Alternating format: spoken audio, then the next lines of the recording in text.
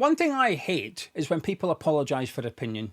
When someone in the comments might say, I'm sorry, but I think we're going to lose this game at the weekend. Don't apologise. That's your honest opinion. If you feel negative, you feel negative. If you feel positive, fantastic. You feel how you feel. I would argue it's not your fault. It's determined by what's going on at the football club. So I'm not going to apologise for how I feel. I don't, and I won't in this regards. But I feel suspicious.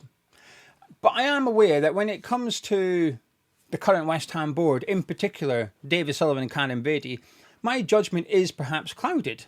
So when I go to evaluate a piece of news in relation to those mentioned, I'm sceptical. And that was very much the case yesterday. An article came out in Claret and Hugh by Sean Wetherstone that the West Ham shareholders could inject up to £90 million worth of cash into the club this summer. Now that part is really good news. Just isolating that. The West Ham board could put 90 million of cash into the club. Brilliant, because that's what we need. That would solve our problems. That would kickstart our summer transfer window. Let's go. And you know what? Next summer, we will still see the benefits of that 90 million today. Because if you inject 90 million today, it counts for a 3-year rolling period. So count now, count next year, and count the year after. Now, the PSR rules are meant to change, but put that to one side for a minute. Injecting 90 million quid of cash today would be fantastic for the next 3 years. Really good news. However, when I got to the end of the article, I didn't feel like that. I didn't feel happy. I didn't feel relief or elation. I felt suspicion. I read it again, and I've read it about 5 times actually. I haven't missed a bit. Now, most of the article is Sean explaining what could happen, what it could mean, and not really an opinion piece, but a factual piece. And he's accurate what he said about how the club could put 90 million in today and it counts towards PSR. Now, they could actually put more in if they wanted. They could put in 100 million, 150 million today if they wanted, but only 90 million counts towards PSR. The rest of it gets ignored. You can lose 105 million over 3 years, 90 million in secure funding, and 15 million the club's own money. So the board can lose 15 million cash of West Ham United's money over 3 years and 90 million secure funding, 105 million. Got that. So Sean's accurate. However, the quote from the board is what makes me a little bit suspicious, because I don't trust them. And I'm not going to apologise for that. I just don't trust them. But this is the quote on Claret and Hugh from a West Ham insider. I'm going to assume it's David Sullivan. It says, we'll inject funds if needed / allowed and solves a problem. Well, first of all, you're allowed. You can inject cash whenever you want, really. As mentioned, only 90 million of it will count towards PSR, but you can put in as much as you want. If needed, well, if we need to sell before we buy, I would suggest it is needed, right? I think we can agree that. If we're in a situation where we have literally no money to spend, I think we need it.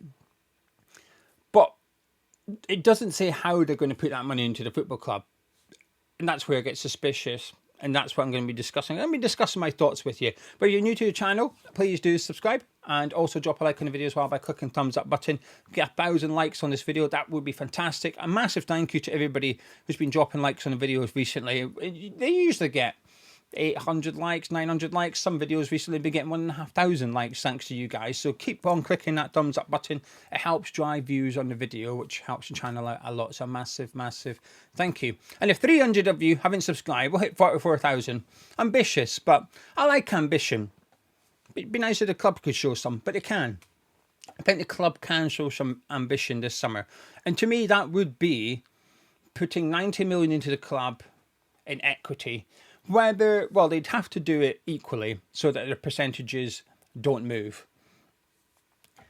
Because if, and an example Sean gave was Kretinsky ploughed all 90 million in himself and the rest of them got diluted accordingly, Kretinsky would then become the majority shareholder, sitting at around about 40% ownership of West Ham United. Now, naturally, you're thinking, well, that's good news, isn't it? If he leapfrogs David Sullivan for this one season, perhaps, but it could have big complications going forward. Now, you're not allowed to laugh, okay? Promise me you're not going to laugh here. Should West Ham qualify for European football next season? The season after could be an issue because, as happened prior, we qualified for the same tournament as Sparta Prague, which obviously Kretinsky has 40% ownership in there, and he's the president of that football club. If Kretinsky owned 40% of West Ham as well, that would cause huge problems, similar to what Crystal Palace are facing at the minute with John Textor, because he owned, well, he doesn't own it anymore, but he did previously. He's only just sold it this week to that American that was linked to West Ham. But there was complications because of Lyon and Crystal Palace, and it was like, well, you can't both be in the same competition. So they're having to really prove that Textor didn't have much influence in running Crystal Palace. And I think it'll win. I think they'll be all right, Crystal Palace. But that's the situation we could find ourselves in. Now, it was okay previously because Kretinsky owned less than 30%, 27% he owns of West Ham United. So because of that, UEFA didn't see an issue because they deemed that to be not the guy in charge, not the most influential person. That was David Sullivan. So because of that, it wasn't considered to be a multi-club ownership, which is where the rules are. Two different management structures, etc., etc. So that's why we're allowed to compete. But if Kretinsky goes up to 40% and we qualify for the same tournament as Sparta Prague again, we're going to have an issue. And it's going to be caused because of that. So we do need to be careful. Now, do I think we'll get European football? No. But that's got to be the ambition of the football club. It absolutely has to be. And if we go back to when we finished 6th under David Moyes, that was a surprise for everyone bar Mark Dunn. He was the only person I remember saying, I think we're going to get European football. We've just been in a relegation battle, and bang, next season, qualifying for European football. Now, I don't think that will happen next season, right? I think we're going to be closer to Championship than Europa League. But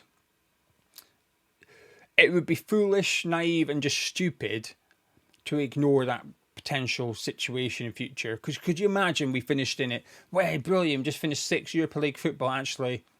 Problem, because Kretinsky's other clubs in there. So anyway, the equity funding would be the best way for West Ham. They operate in equally. The shares don't budge. 90 million in the club. Happy days. However, here's where I'm sceptical. Because we're led to believe it's not a PSR issue. So that 90 million would help us out money and would help us out PSR. But we're led to believe PSR-wise we're fine. It's purely cash flow. We can spend, we just can't pay.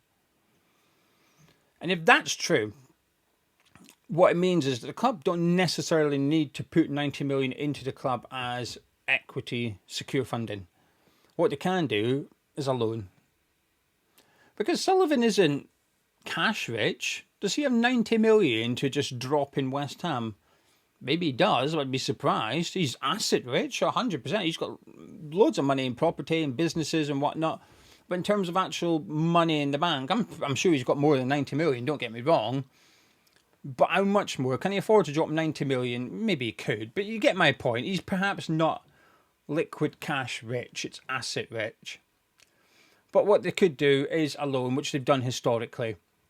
Now, because of Man City, they actually perhaps have done Sullivan a bit of a favour here. So Man City last year challenged the Premier League. You will know this. They went toe-to-toe with the Premier League. And this isn't to do with the 115 charges. This is a separate thing altogether to do with sponsorship, etc. And City won. But part of their challenge to the Premier League was that owners who give their clubs money interest-free is giving the clubs an unfair advantage. And that those loans need to be considered for PSR at a commercial competitive interest rate, because there were clubs at the end of 2023, Arsenal, Everton, Brighton, just those three clubs combined had over £1 billion in interest-free loans from their shareholders. Now, obviously, Everton has changed hands since, but Brighton owe Tony Bloom 375 million interest-free loans. But Bloom's in no rush. He's in no hurry to take that money out of Brighton. He's just sat there, interest-free loan. He's not touching it because he doesn't need to. He doesn't want to. But City's challenge was that gives Brighton an unfair edge over other clubs. So because of that, the shareholder loans have changed a little bit, and so Sullivan or Kretinsky in this case was to lend West Ham 90 million. It solves that cash flow problem. It doesn't count towards PSR, but it's going to have an interest rate.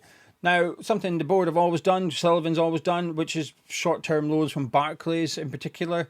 Go there, get your 50 million secured against the upcoming TV revenue that's guaranteed from the Premier League. that's another solution. So when they say, oh yeah, we can sort funding if we need to, I would love to believe that they're just going to inject it into equity and that's it. But I don't. I think it would be a loan in some form. And from a business perspective, that makes sense on their part. I'm not going to pretend it would. It will do. Because why would they put 90 million into the club? Kretinsky owns 27%, and between them they split it evenly, so it's 90 million and no one's shares move. He's going to have to plough just under 10 million, well, 27 million, so 25 million maybe. He's going to have to plough 25 million into the football club and still own 27%. So from the business angle, it's probably not the wisest ideal. However, you could argue, well, it would help us retain our Premier League status because if we get relegated, your 27% ain't worth anything what you paid for in the Championship. So this should be good news, and I guess it is. Even if it is a short-term loan, even if it is a shareholders loan, it's not ideal, but at least it gets money into the club so we can start doing something. But all it would be doing is kicking the can down the road. When I said we put 90 million in, it would help us next year and the year after, it would. But if it was just a short-term loan, in 12 months' time, 24 months' time, we're going to have the same problem, which is, oh, well, we've just paid back the loan now. We've got no money again. We'll be robbing Peter to pay Paul if we start doing things like that. And that's what we've been doing for years and years and years. Just last year, we were owed £69 million from other football clubs for our players that they bought previously. We were still due £69 million. We sold it for £64 million to Barclays. It cost us £5 million to get that £64 million. But we had to because we needed the cash. But again, it's short-term gain, no long-term plan. And that's always been, I think, the board's problem. I can't remember subscribers. I need to get better. I'm going to start writing these things down somewhere and pinning them up. So if I ever refer to them, because I didn't know I was going to mention this, so I can just pull it off the wall and read it out, right? But one of our subscribers said to me about a month ago how Sullivan's plan has always been just stay in the Premier League, just finish 17. And as long as we finish 17, we'll be all right. And I believe that. He thought that, I thought that. We have the same opinion there, that Sullivan's only ambition is to stay in the Premier League. Just keep the Premier League status, and that's fine. And basically our discussion was, well, what's his plan for next season? Because is it still that? Well, how are we meant to prepare for that? How are you meant to fund that? You can't. And I think that's the issue. He's always had a short-term plan. All right, what we're going to do for the next 12 months is this. What we're going to do for the next 12 months is this. And it's all just come back to bite him in the arse in one summer, I think. I think it's just 10 years, well, more than 10 years, but 10 years of just not being good enough as your job as West Ham chairman. All of it is just coming back to hit him in one summer. And it's a great big slap to the face for David Sullivan. But he can get us out of this. And it might be that he's going to have to swallow it, he's going to have to stomach it, and he's going to have to put 90 million into the club. Maybe as a short-term loan and he'll financially benefit. He'll end up getting a few £1 million out on top out of the club, just like he's done in the past. So that's why, and this is part of the reason I guess I don't trust them, because when he goes on Talk Sport and Jim White repeats him, David Sullivan and David Gold have never ever taken a salary from the club. They don't pay themselves dividends. True, that is true. But it doesn't mean they don't take money out of the club. They did. They just did it in interest on loans they gave to the club. Over 20 million they earned. But yet you'd have Jim White sit there going, no, they don't pay themselves a wage. Because they don't need to. They've earned 20 million. And that's discounting how much profit they're going to make when they sell the football club compared to what they paid.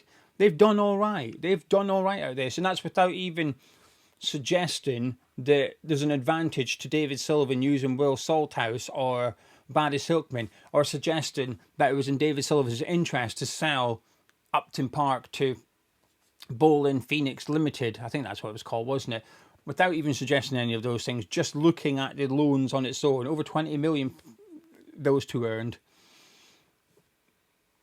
That's maybe the solution here. So when I see that the club are open to putting 90 million into the club, I don't think, brilliant. What they're going to do is they're going to put it in equity, secure funding.